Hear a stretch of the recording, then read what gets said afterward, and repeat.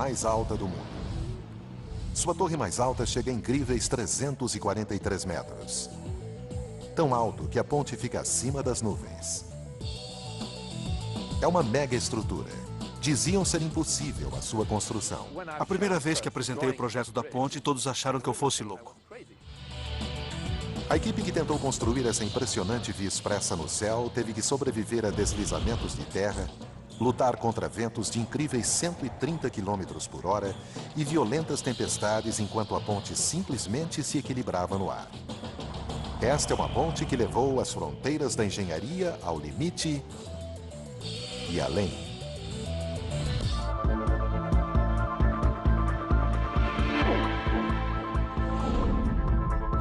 Obras incríveis.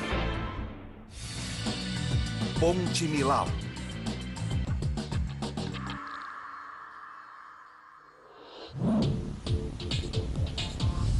Imagine construir uma série de torres Eiffel. Depois, colocar uma rodovia de 4 pistas entre elas, de um lado a outro de um dos vales mais profundos da França. Embora pareça impossível, isso descreve quase que completamente a construção da Ponte Millau. Desde o começo, a equipe de construção enfrentou 3 grandes desafios. Primeiro, construir a ponte de cabo fixa mais alta do mundo. Segundo, colocar uma via expressa de 36 mil toneladas em cima dela. E terceiro, erguer 7 torres de aço, cada uma pesando 700 toneladas. E mais, eles tiveram que fazer isso centenas de metros acima do solo. Tão alto que se você estivesse no topo da Torre Eiffel, você ainda estaria olhando para cima para esta incrível ponte.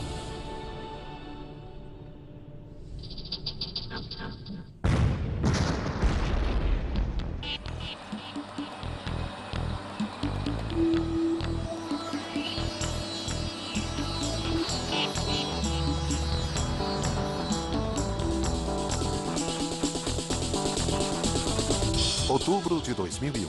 O trabalho tem início. A equipe recebe o pedido de uma ponte que durasse 120 anos. E para ganhar o contrato, a equipe prometeu construí-la em tempo recorde. Menos de 4 anos. Comparando-se, a mais longa ponte suspensa do mundo, a Akashi Kaiko, no Japão, levou 10 anos para ser construída.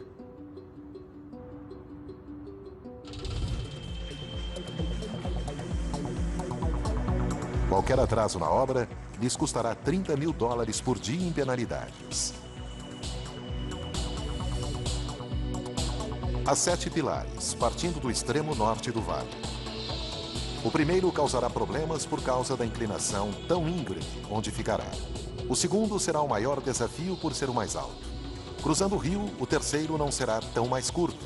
E depois o quarto, quinto, sexto e sétimo ficarão em uma inclinação mais leve ao sul.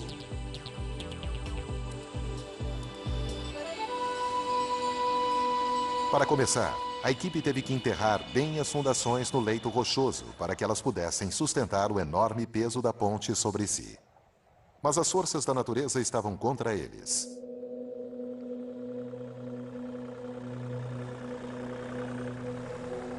Os geólogos advertiram sobre os riscos impostos pelo calcário quebradiço da região. As rochas são cheias de cavidades, cavidades essenciais à economia local, cuja base é o queijo. As cavernas próximas a Millau são o lar de uma bactéria rara e singular responsável pelo bolor azulado presente no mundialmente famoso queijo Roquefort. Mas o que é perfeito para o queijo poderá ser desastroso para uma mega estrutura. O diagnóstico dos geólogos alertava sobre uma coisa: deslizamentos de terra. Esse tipo de catástrofe poderia comprometer todo o projeto. Apesar dos avisos, a construção seguiu em frente como planejado.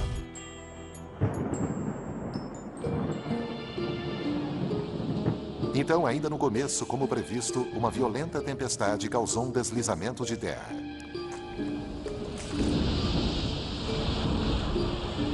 4.000 metros cúbicos de rocha desmoronaram ao redor do pilar número 1. Felizmente, a queda das rochas não o danificou. Mas o aviso era claro. Eles foram forçados a desviar a mão de obra e o equipamento para estabilizar o morro e evitar que outro deslizamento ocorresse. Mas se a área estava propensa a deslizamentos, por que construir a ponte mais alta de todas justamente aqui? A resposta é simples. Nos anos 80, a França construiu uma via expressa ligando Paris diretamente à Espanha. Esta artéria principal levava ao sul do país cruzando o interior da França. Do Mediterrâneo, a via expressa ia em direção ao norte, até ambas atingirem um dos vales mais profundos da França.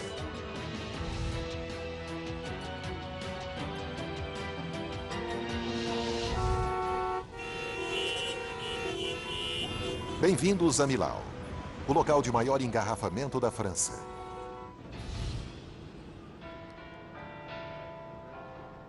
A cidade de Millau está na região montanhosa de Massif Central, uma das partes mais tranquilas do país. Mas no verão, essa pobre cidadezinha medieval sofria com o tráfego.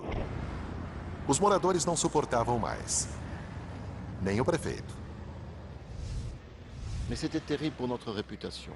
Quando saía no noticiário, no rádio e na TV, todos os dias, evitem Millau, há um engarrafamento na cidade de 5 horas de espera, era horrível para a nossa reputação. E não era só a população de Millau. O exemplo de duas motoristas, Gemila e Jemima, atravessando 30 quilômetros de via expressa, cada uma de um lado de Millau, revela exatamente por que essa ponte era necessária. Gemila, no carro 33, atravessará a nova ponte, enquanto no carro 22, Jemima pegará a estrada velha pelo vale. Percorrendo a via expressa, o carro 33 se aproxima da ponte de Millau depois de apenas 18 minutos.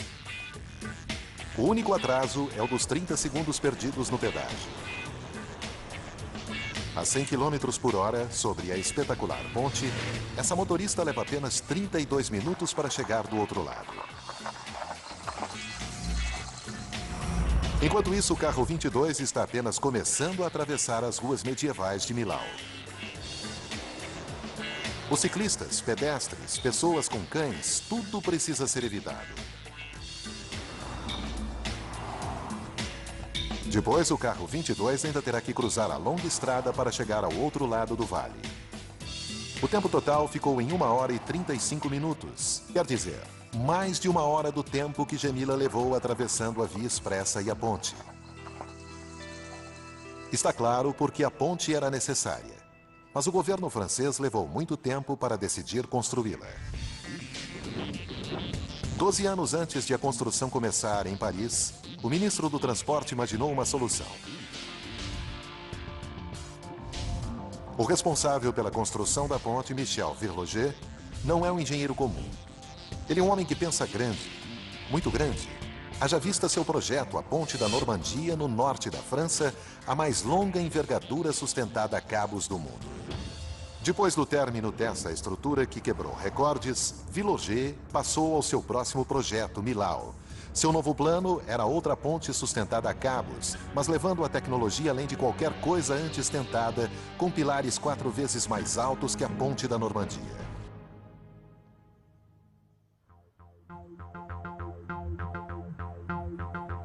A Ponte Millau não seria apenas a mais alta do mundo. Ela seria diferente de qualquer outra ponte já construída.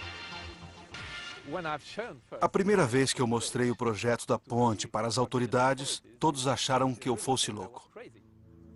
A Ponte da Normandia de Virloger tem 2 grupos de cabos sustentando o passadiço, mas ele queria ir mais longe com Millau, perdendo uma fileira de cabos e conseguindo com isso que a linha remanescente fosse forçada a fazer 2 vezes seu trabalho. E o mais dramático, em vez de uma única envergadura principal, os 2,5 km da Ponte Millau precisariam de uma série completa de pilares para sustentá-los por sobre o vale. Ninguém nunca tinha tentado construir uma ponte de envergadura múltipla sustentada por uma única linha de cabos nessa escala antes. As autoridades francesas tinham um problema. Nervosos por causa do esquema absurdo de Virloger, eles iniciaram uma competição convidando outros engenheiros e arquitetos com diferentes projetos. O vencedor foi Lord Norman Foster, um famoso arquiteto. Em Hong Kong, ele construiu o maior terminal de aeroporto do mundo. Em Barcelona, escritórios literalmente ficam em cima de um mastro em uma torre de comunicação. Este é um homem que regularmente promete o impossível, mas cumpre. Sabe, são apenas desafios, um em cima do outro e assim por diante. E com Millau, um dos maiores desafios foi fazer a ponte se encaixar à paisagem, dado que ela ficaria bem sobre a estrada da famosa Gorge de Tarn, o equivalente na França ao Grand Canyon. Como se constrói algo que precise aguentar firme contra as forças da natureza, mas que tenha a aparência suave e delicada? Como se constrói algo nessa escala na paisagem mais inacreditável do mundo? Ironicamente, a resposta de Foster foi pegar o primeiro desenho de Viologer e levá-lo a um estágio adiante. Ele transformou aquela enorme peça de engenharia em um delicado trabalho de arte, cortando de forma ousada 2 dos 9 pilares originais e diminuindo sensivelmente os pilares restantes e o passadiço. Foster queria que a ponte ficasse tão delicada quanto uma borboleta, mas essa borboleta teria que sustentar o peso de 5 torres Eiffel, fortes ventos e ficar firme a centenas de metros sobre o rio Tarn. Errar no projeto seria uma tragédia. Dezembro de 2001. A Ponte Millau, na França, a ponte mais alta do mundo, está sendo construída. Tudo no projeto é exagerado. Será preciso usar 200.000 toneladas de concreto, uma quantidade tão grande que a equipe terá que construir uma fábrica de concreto no local. Não há nada de convencional nesse concreto e sua fórmula terá que ser exata. O concreto precisará de uma grande força estrutural para suportar as enormes cargas que serão postas sobre ele, mas não poderá secar depressa demais, dado que terá que ser derramado de centenas de metros de altura. Além disso, ele precisará ter a cor certa para que se encaixe a visão que Norman tem do projeto. Na verdade, a visão do arquiteto criou uma dor de cabeça para a equipe de construção. Ele desenhou cada pilar com uma forma geométrica complicada, com sulcos verticais em toda a sua extensão para criar sombras. Mas o que é apenas um desenho no papel para o arquiteto foi um grande desafio para a equipe de construção. Os enormes pilares são construídos passo a passo, derramando-se concreto em um molde temporário. Para dar a força exigida, os moldes são preenchidos com uma moldura de barras de aço. No total, 16.000 toneladas dessas barras de aço serão colocadas de uma extremidade a outra em presas. Isso resultará em 4.000 quilômetros de Millau até a África Central.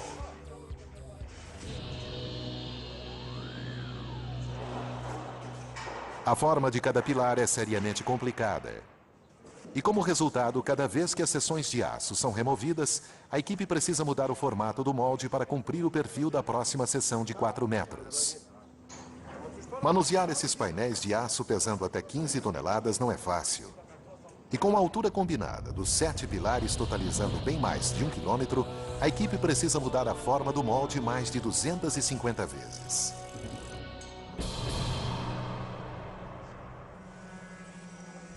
A cada 3 dias, cada equipe responsável por cada um dos pilares passava por esse ciclo completo, depois eles repetiam o processo. Era uma corrida contra o tempo, com a ameaça permanente do atraso. Manter toda a construção dentro do prazo e do orçamento era a difícil responsabilidade de um homem, Jean-Pierre Martin. Imagine se em vez de 3 dias tivéssemos levado 4. Multiplique pelo número de moldes e acabaríamos com um atraso de 6 meses. Com uma penalidade de quase $1 milhão por mês, isso era algo que Martin nem quis considerar. Esse prazo não era sua única dor de cabeça. É necessário muita precisão quando se está construindo a ponte mais alta do mundo.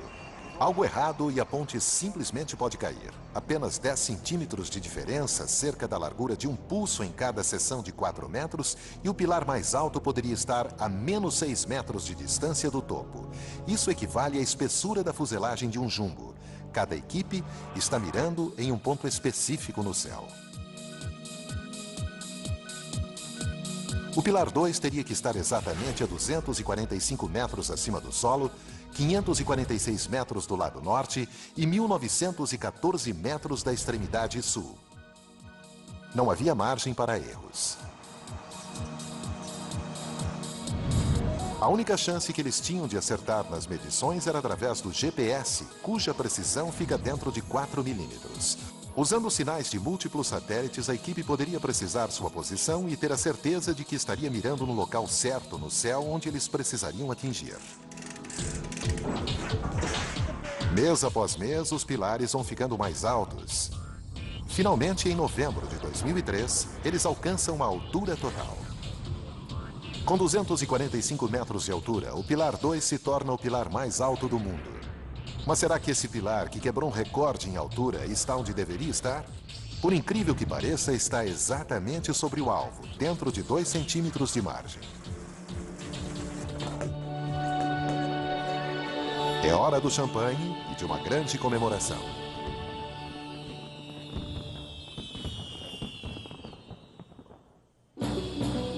Contra todas as previsões, eles estavam um mês à frente do prazo, mas a equipe não podia se dar ao luxo de relaxar. O próximo estágio do projeto seria a parte mais difícil de ser construída.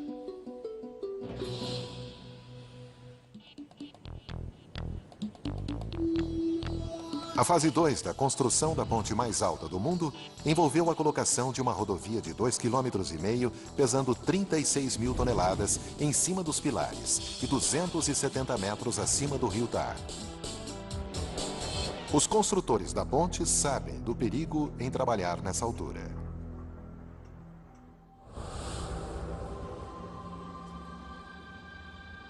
Mais de 34 pessoas morreram construindo a ponte do Brooklyn, em Nova York. Outras 35 morreram em 1970 na ponte Westgate, em Melbourne, na Austrália. E um ano depois, 13 trabalhadores morreram quando a ponte de Koblenz, na Alemanha, caiu no Reno.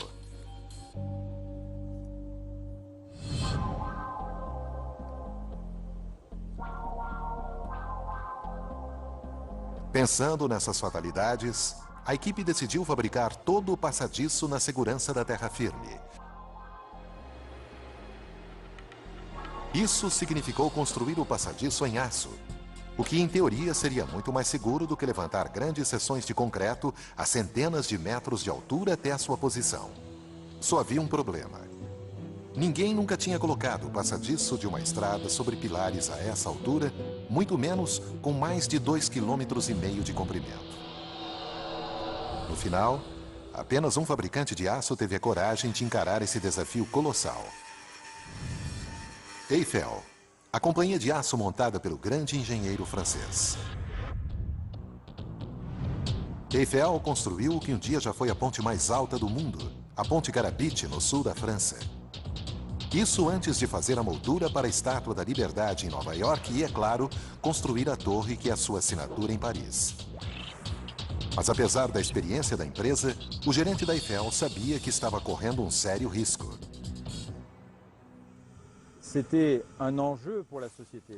Foi um risco para a companhia porque se houvesse um erro, se algo não desse certo, seria o nome da companhia em jogo.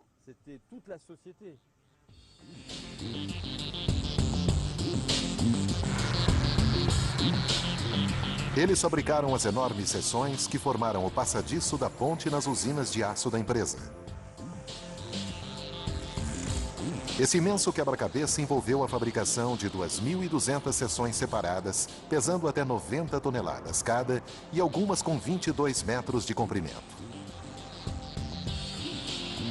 Sua precisão foi medida com laser, dentro de uma fração de 1 milímetro. Os enormes tubos quadrados são a parte central que deveria tornar o passadiço rígido. Os painéis triangulares laterais serão soldados de cada lado para criar a largura de uma rodovia de 4 pistas. Para cumprir o prazo apertado, Bonomo automatizou a produção com um robô soldador de 2 cabeças e com uma máquina cortadora de plasma. Cada padrão de corte é programado dentro do computador. Depois, a máquina automaticamente corta seu caminho pelo aço. A tocha alcança escaldantes 28.000 graus centígrados. Isso é 5 vezes a temperatura do centro da Terra.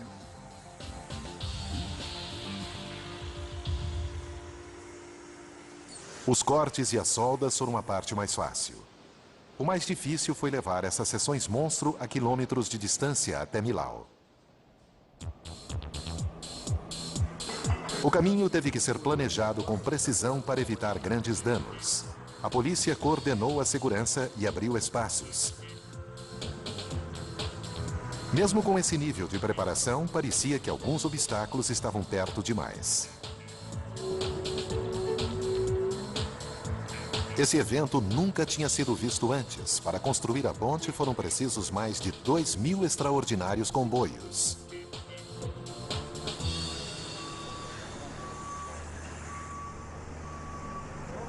Os componentes chegaram aos locais de montagem, um de cada lado do vale.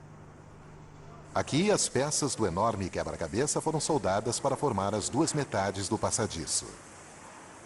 Mas colocar essas duas metades sobre o vale, em cima da ponte mais alta do mundo, seria o maior desafio. Eles seriam a primeira equipe a colocar uma via expressa sobre pilares mais altos que um arranha-céus de 80 andares. E para levar a construção da ponte além de qualquer outra coisa antes tentada, eles planejaram colocar o passadiço de 2,5 km sobre duas peças colossais. O engenheiro-chefe da ponte, Jean-Marie Crémer, foi um dos poucos que acreditaram que isso poderia ser feito. Nem os engenheiros que conhecem bastante esse método acreditavam que fosse possível.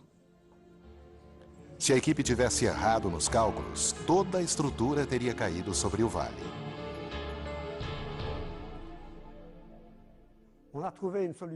Encontramos uma solução para a construção, que foi colocar uma ponte de ambos os lados, uma parte no Planalto Larzac e uma no Planalto Rouge, e depois empurrá-las para fazer com que se encontrassem aqui, sobre o rio Tarn.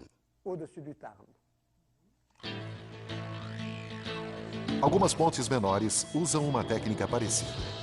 Um conjunto poderoso de soquetes hidráulicos literalmente bombeia o passadiço de um lado a outro.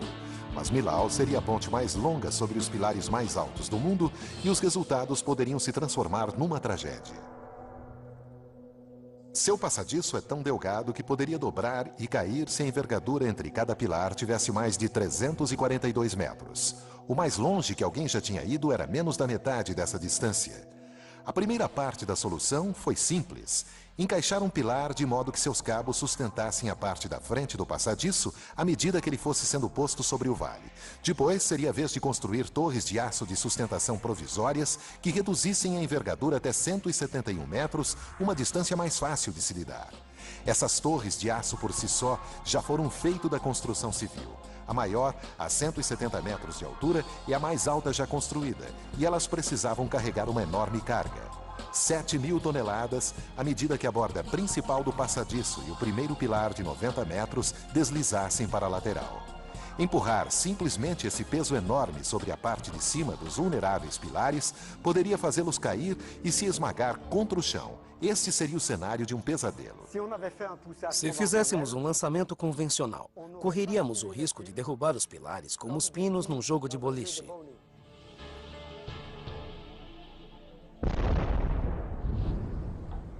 Alguém precisava reinventar a maneira pela qual esse tipo de ponte é feito. Essas pessoas foram Marc Buonomo e Jean-Marie Crémer, que surgiram com um plano. O princípio básico pode ser demonstrado com uma pesada caixa e uma mesa de oscilação. Com um lançamento normal, a gente correria o risco de derrubar os pilares. Quero avançar o passadiço sobre o pilar, mas se eu empurrar o passadiço daqui, dessa parte, eu poderei derrubar os pilares, porque eles são altos demais.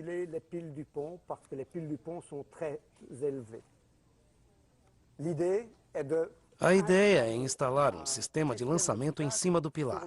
E dessa maneira, se eu empurrar o passadiço, ele não terá efeito sobre a estabilidade dos pilares. E eles não cairão.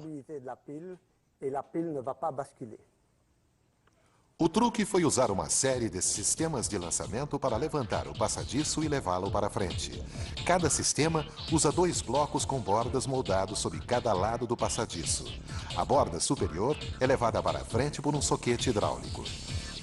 Ela escorrega para cima da borda mais baixa, ao mesmo tempo levantando o passadiço de seus apoios e fazendo com que ele avance 600 milímetros. A borda mais baixa então retrai, deixando o passadiço em cima de seus apoios. A borda superior retorna à sua posição original e todo o ciclo recomeça. 4 desses equipamentos inteligentes são colocados em cada pilar, todos programados para funcionar exatamente ao mesmo tempo. O resultado é que juntos eles levantam toda a estrada e levam-na para frente, mas se um deles cair, ou for mais depressa ou devagar que os outros, poderá causar uma tragédia. A força poderá ir separando os pilares da ponte até que eles caiam.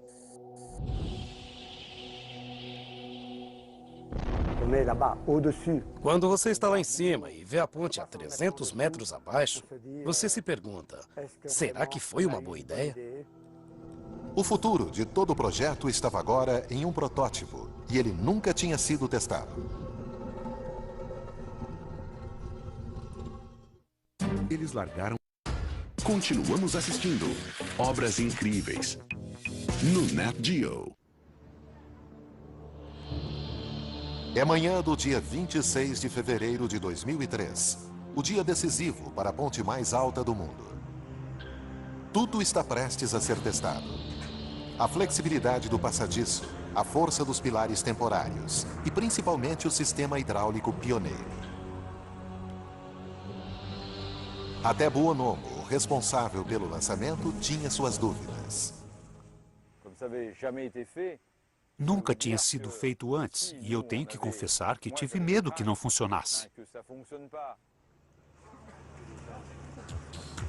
O bombeamento começa, os pistões começam a empurrar e o passadiço começa sua enorme jornada cruzando o vale. Quando ouvi dizerem que os motores estavam funcionando, pus meu dedo no passadiço e senti ele se mover. A cada 4 minutos, o passadiço avançava 600 milímetros sobre o vale. Seu progresso foi acompanhado, mas ainda havia uma grande preocupação no ar, à medida em que a equipe observava o passadiço sem apoio nenhum atravessando o vazio. O passadiço acaba chegando em segurança ao primeiro pilar. Agora são 204 metros a menos, mas ainda faltam 2.256. O sistema de lançamento parecia estar funcionando como planejado. Os engenheiros estavam otimistas, mas à medida em que o passadiço avançava no espaço, ele se tornava mais vulnerável ao vento, que pode chegar a 130 km por hora neste local. Infelizmente, o passadiço tem a forma de uma asa de avião ao contrário, e o maior medo da equipe era de que essa asa simplesmente decolasse. Os engenheiros mantêm a atenção no vento e nas condições do tempo. Eles só ficam satisfeitos quando, em um período de tempo de 3 dias, o vento não passa de 85 km por hora. Aí sim eles dão um sinal verde para a equipe ir em frente e o lançamento do passadiço pode continuar. A razão para essa precaução é simples. Ventos fortes podem literalmente rasgar a ponte ao meio. Em 1940, o estado de Washington construiu uma ponte suspensa cruzando o estreito de Tacoma, no noroeste dos Estados Unidos. Ela foi inaugurada com uma grande cerimônia no dia 1º de julho. Mas as comemorações não duraram muito. A ponte tinha um grande problema: o vento. As vigas embaixo do passadiço, projetadas para enrijecer a ponte, na verdade bloquearam o vento, fazendo a rodovia balançar de maneira alarmante. Os moradores logo a apelidaram de Galloping Gantry, Gertrudes Galopante. No dia 7 de novembro, com ventos a menos de 70 km por hora, a ponte começa a balançar violentamente. Às 11 horas da manhã, a vida da Gertrudes Galopante acaba. O vento faz a ponte cair no rio. Testes em túneis aerodinâmicos agora são um procedimento padrão em consequência do que aconteceu àquela ponte. No caso da Ponte Millau, a equipe de construção analisou os ventos no Vale de Tarn durante mais de 18 meses e depois recriou as condições analisadas ali em um túnel aerodinâmico. O engenheiro Olivier Flamand ficou chocado com os resultados. A velocidade média do vento era relativamente baixa, mas a forte turbulência criava ventos de picos muito rápidos. O terreno acidentado no local cria uma séria turbulência na altura do passadiço. Os ventos chegam a 130 km por hora. Isso é a força de um furacão. A equipe testou cada aspecto da ponte para analisar os riscos: pilares, estrutura e principalmente o passadiço. Mas o problema não era só a aerodinâmica da ponte terminada. Eles precisavam descobrir como ela iria se comportar quando estivesse sob o risco máximo durante o lançamento do passadiço. Olivier e sua equipe chegaram a uma preocupante conclusão: a de que os ventos que eles haviam medido eram fortes o suficiente para arrancar o passadiço de seu apoio e mandá-lo a centenas de metros abaixo, no solo do vale. E o pesadelo teve início. No dia 22 de agosto de 2003, a 6 meses do lançamento do passadiço, um dos sistemas de lançamento falhou, deixando o passadiço balançando ao vento. Para piorar, o Homem do Tempo estava prevendo tempestades. Até então, essas enormes máquinas de bombeamento tinham funcionado perfeitamente, mas a verdade é que elas eram protótipos e, devido ao horário frenético, nunca haviam sido testadas. O problema foi que o teflon entre as superfícies de deslizamento rasgara, e a fricção gerada foi muita para que os soquetes hidráulicos pudessem combater. Infelizmente, ninguém tinha planejado substituir as peças dessa máquina monstro de lançamento em cima de um pilar de concreto. Isso foi uma péssima notícia para o homem que apostou sua reputação nesse sistema. Foi o máximo de estresse, como o gosto de um veneno na boca. E isso a gente não esquece. Reexaminando seus cálculos, a equipe percebeu a causa do problema. Eles haviam subestimado as forças entre as superfícies deslizantes, mas não iriam conseguir consertá-las sem as peças de reposição necessárias. O relógio estava andando e Marc Bonomo precisava de uma solução depressa. Quando o Apollo 13 voltou com aquele incidente, os engenheiros da NASA exigiram que fosse feita uma investigação de tudo o que estava a bordo, para saber como reparar futuros problemas. A equipe de Millau fez uma investigação. Eles descobriram que outras máquinas de lançamento que ainda não estavam sendo usadas poderiam fornecer as novas superfícies de teflon de que eles precisavam. Trabalhando a noite toda, a equipe estendeu a plataforma de acesso. Isso lhes permitiu tirar 5 metros de comprimento, 2 toneladas de bordas de aço, substituir o teflon e remontar a máquina de lançamento. Às 8 da manhã seguinte, ela estava pronta para recomeçar o lançamento. O resto da semana, as tempestades previstas chegaram e outro conjunto de máquinas de lançamento se foi. Quando o passadiço finalmente chegou em segurança ao próximo pilar, a equipe respirou com grande alívio. Foram 4 horas de pânico. E eu nunca vou esquecer disso. Os 2 passadiços continuaram sua jornada através do vale.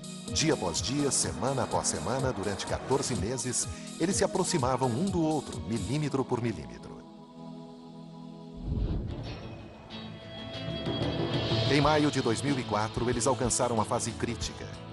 Da extremidade norte, o passadiço mais curto tinha viajado 717 metros para alcançar sua posição final. Do sul, o passadiço mais longo havia se estendido 1,5 km a mais. Apenas a seção sobre o rio os separava, o único ponto onde era impossível erguer um pilar temporário. Mas será que os passadiços iriam se encontrar como planejado? Se os cálculos estivessem errados, eles teriam construído o maior elefante branco da Europa. Até o homem por trás do projeto estava em dúvida. Eu não estava completamente convencido de que as 2 metades do passadiço iriam se unir em perfeita geometria. As probabilidades estavam contra eles. Fazer um cálculo tão preciso era uma tarefa hercúlea. Em primeiro lugar, os 2 pontos iniciais nos morros norte e sul do vale estavam em alturas diferentes. Depois, a ponte tinha uma curva sutil. Além disso, cada painel de aço que forma o passadiço precisava ser cortado e soldado com extrema precisão. Seria um triunfo da engenharia se eles conseguissem fazer aqueles 2 passadiços curvados se encontrarem como exigido. A equipe verifica as notícias sobre o clima. Com o vento dentro de limites seguros, eles dão o sinal verde para o empurrão final. Os soquetes começam a levar a borda principal do passadiço para longe da segurança do pilar 3 em direção ao seu destino. Neste ponto, seria preciso que um total de 21 sistemas de lançamento se movessem exatamente ao mesmo tempo para evitar uma tragédia. Se algo desse errado, o responsável seria Mark Buonomo. Todos me perguntavam, como você pode ter certeza de que dará tudo certo? Então, para ter certeza de que tudo seguiria seu caminho, eu tinha um GPS à frente. Portanto, dava para ver o vão entre a posição teórica e a real. Nos 2 dias e noites seguintes, o passadiço avançou 600 milímetros de cada vez em direção à sua posição final. A mídia mundial estava assistindo ao crítico encontro dos passadiços e, para aumentar a pressão, o primeiro-ministro francês deveria chegar para comemorar o evento.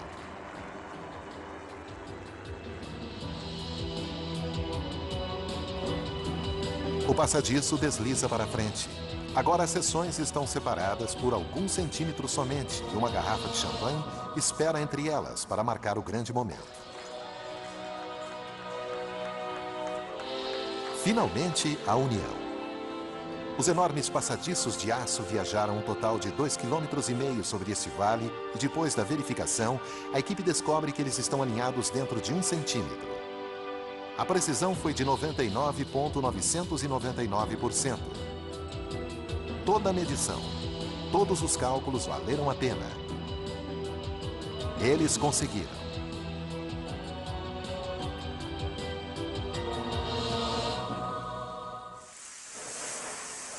Os passadiços se juntaram e a equipe alcançou o último estágio do projeto. Mas ainda havia uma corrida para cumprir o prazo e seus problemas ainda não haviam terminado. As dramáticas ondulações do passadiço flexível de aço eram claramente visíveis. Até mesmo alguns construtores de pontes se perguntaram sobre sua integridade estrutural. Foi uma enorme surpresa para nós. Todos os engenheiros disseram, sabíamos que o aço era flexível, mas não tanto. A equipe recorreu a pilares e cabos para empurrar o passadiço diretamente para frente. Cada pilar tem 90 metros e pesa 700 toneladas, o equivalente a 85 ônibus. Colocado sobre o delgado passadiço acima do solo do vale, estava além de qualquer outra coisa já tentada e, mais uma vez, Mark Buonomo tinha um plano. Os primeiros que construíram pilares verticais foram os egípcios. Buonomo adaptou uma técnica usada no Antigo Egito para erguer obeliscos na areia. Em cima de cada passadiço, a equipe colocou 2 enormes torres de aço, ambas sustentadas por cabos e equipadas com sistemas hidráulicos capazes de levantar 1000 toneladas. O pilar de 700 toneladas é levantado pelo sistema hidráulico. À medida que sobe, ele se posiciona pouco a pouco até ficar na vertical. Depois, é baixado em segurança até seu ponto de ancoragem. A técnica de 4.000 anos de Buonomo funcionou perfeitamente.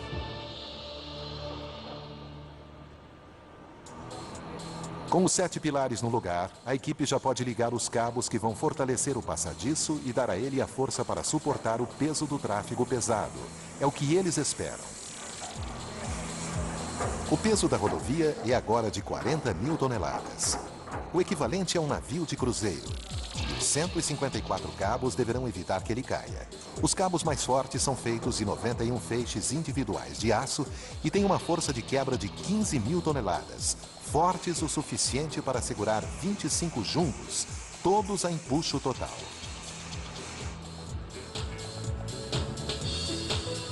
À medida em que os cabos são esticados diretamente segundo o plano, as ondulações no passadiço são empurradas para frente.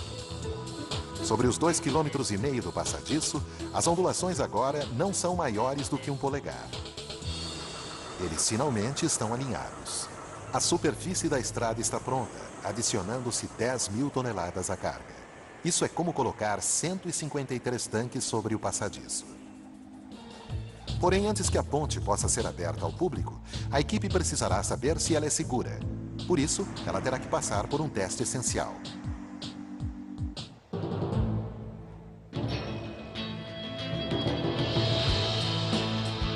Depois de 3 anos, a equipe que construiu a Ponte Millau na França está prestes a descobrir se seus cálculos estavam corretos. Em uma ponte de uma só envergadura e sustentada a cabos como a Ponte da Normandia, o excesso de carga sobre a seção principal não é problema, porque os cabos estão ligados ao solo e não cedem. Mas nas 8 envergaduras da Ponte Millau, os cabos são ligados aos passadiços das seções adjacentes. Uma carga a mais sobre uma das seções a fará cair, empurrando os cabos para baixo. À medida em que os pilares se alinham, os cabos são empurrados para cima, levantando os passadiços vizinhos e causando um perigoso efeito de ondulação. Chegou a hora de a equipe testar a ponte. Esses 28 caminhões têm um peso combinado de mais de 900 toneladas. Eles estão posicionados em um ponto crítico, a envergadura do meio. Os engenheiros prendem a respiração. Eles tiram as medidas. A envergadura cede apenas 26 centímetros. Isso é um triunfo para os engenheiros. A ponte foi projetada para suportar mais que o dobro disso. 4 semanas depois, no dia 14 de dezembro de 2004, o presidente Jacques Chirac inaugurou oficialmente a ponte. Um momento de orgulho para toda a França.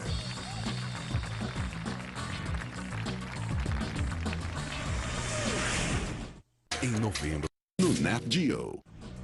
Pouco mais de 3 anos de construção produziram a ponte mais alta do mundo, projetada para durar no mínimo 120 anos.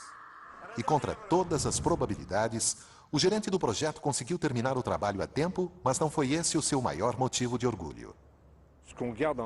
O que me deixa feliz é que não tivemos nenhum acidente sério, somente alguns ferimentos leves. E sabemos que em locais de construção, acidentes sempre acontecem.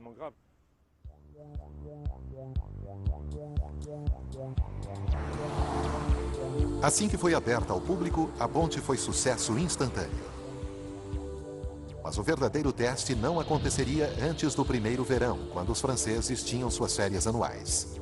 Ninguém esperava nada como aquilo. Os números excediam a 50 mil veículos por dia. A mais de $7 por carro, essa foi uma ótima notícia para a companhia de construção que arrecadou de volta seus 478 milhões de dólares de investimento no projeto. Foi uma construção épica. Mas o mais difícil é mantê-la. Thierry e Franck estão encarregados do P2, o pilar mais alto da ponte. Essa estrutura não é feita de blocos sólidos de concreto, mas sim de uma série de espaços ocos. Seu trabalho é testar os sistemas de comunicação e circuitos elétricos de cada um dos 7 solos estruturais. Isso envolve uma escalada de 343 metros subindo degrau por degrau o resto do dia. Ao entardecer, quando Thierry finalmente alcançar o pico do pilar, ele poderá estar exausto, mas haverá um prêmio. Daqui se tem uma vista fantástica. Um panorama de 360 graus.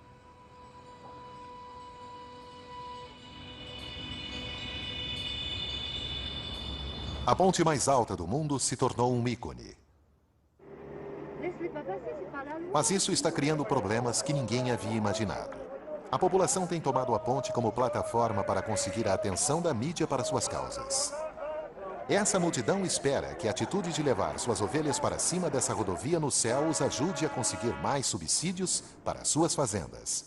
O trabalho de José é evitar que esse tipo de incidente crie perigos e que nessa ponte os incidentes continuem acontecendo. Um alarme ativado por um sistema de movimento significa que há um veículo parado sobre a ponte. Imediatamente, José manda um colega para lidar com a situação. A última coisa que alguém quer é um engarrafamento de 2,5 km em uma ponte no céu. José aproxima sua câmera para revelar a imagem de um homem que deixou seu carro e está sentado na beirada da ponte. O motorista está provavelmente com problemas. Mais de uma vez, um homem já subiu na ponte e saltou para a morte.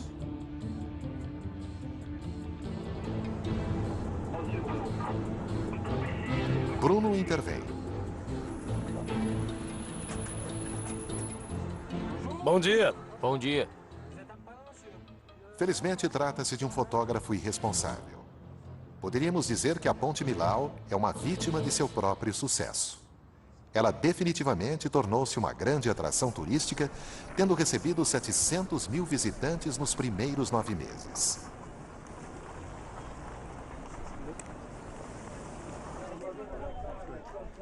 Felizmente, a maioria deles espera até sair da ponte para tirar fotos.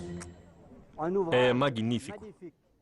É uma obra de arte. Eu dirigi 600 quilômetros só para vê-la. Só tenho uma coisa a dizer. Extraordinário. As pessoas são atraídas para cá não só porque esta é uma estrutura sem igual, mas também porque é inacreditavelmente bonita, delicada e sutil, diferente do que se espera de uma estrutura quase 1/3 mais alta que qualquer outra ponte do planeta. O arquiteto Lord Norman Foster alcançou seu objetivo, dar ao motorista a sensação de estar voando. Quando a pessoa deixa esses planaltos, ela realmente voa. Voa nessa ponte. Fica literalmente acima das nuvens. Os resultados certamente agradam o homem que sonhou com isso. Ver essa ponte terminada é realmente mágico. É algo com que sonhei há 15 anos. Essa é a ponte sustentada a cabos mais longa do mundo. A rodovia mais alta do mundo e, claro, a 343 metros de altura, a ponte mais alta já construída.